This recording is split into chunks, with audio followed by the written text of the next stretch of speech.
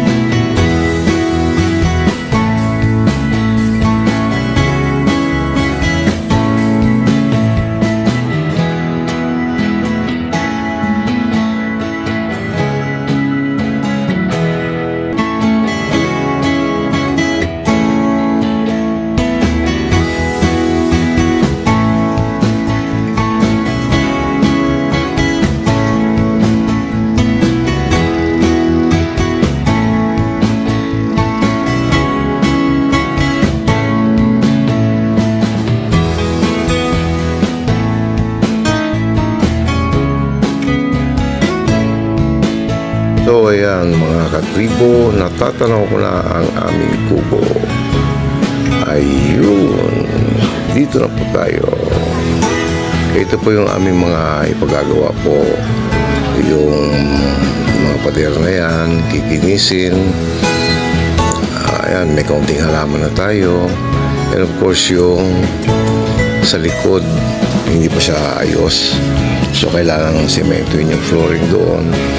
Then yung ating lababo and yung ating banyo. Wala pa yung materialis, hindi pa dumating. So, pupunta muna tayo ng palengke. Tayo ay mamimili at ipagluluto ko ng pagkain, siyempre, yung ating mga trabahador. Sana matapos ka na ito bago mapulok. Dito po pangarap manirahan pag ugod-ugod na ako. As you can see, buntok talaga siya. Presko ang hangin. Pwede kang magtanim.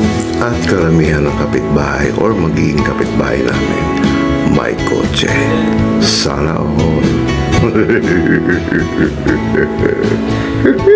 So, since wala pa yung mga materyales, pupunta muna tayo sa palengke. So, samahan niyo po ako.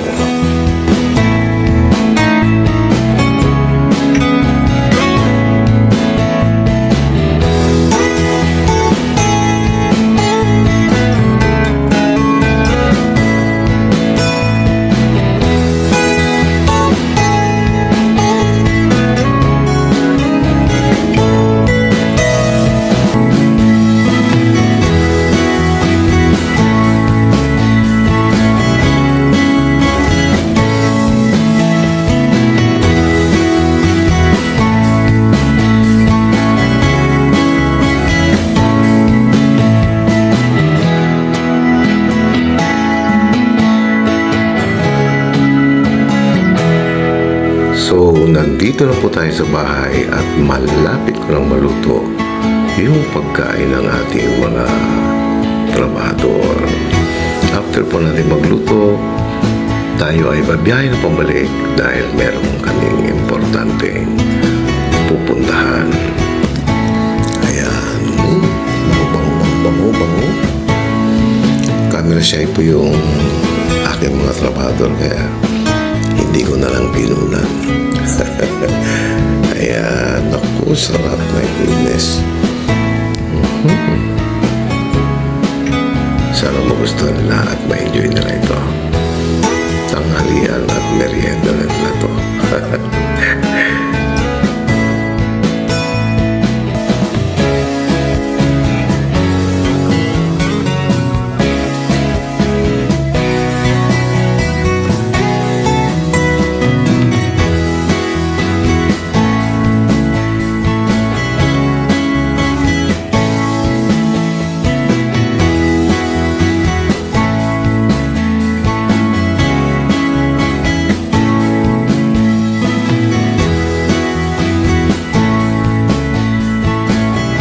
So, ayan mga katribo, tapos na natin yung ating pagluluto ng kanilang pagkain at tayo ay babiyahe na ulit pabalik. By the way, dumating na yung materials kanina. Hindi ko nakunan kasi nagmamadali na kami. Habulin pa namin yung appointment sa doktor kasi importante. Ayan, pabalik na po tayo. May mga dadaanan po tayo dyan na maganda. Merong first class resort dito, yung Buso-Buso Highland Resort. Meron din po siyang 5-star hotel. Kaya kung naghahanap kayo ng malapit lang at medyo makakamura kayo, makakasave kayo ng travel time and money, doon na kayo pumunta. Yan, napakaganda ng view, di po ba? Sariwang hangin, hindi na kayo masyadong lalayo pa.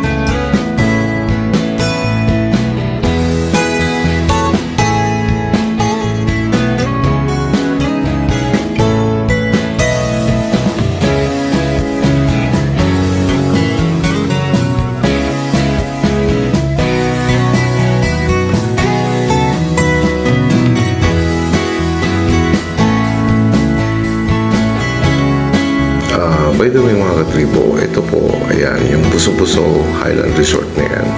Napakaganda po niyan, affordable at napakalapit pa. Garantisadong mag-i-enjoy kayo.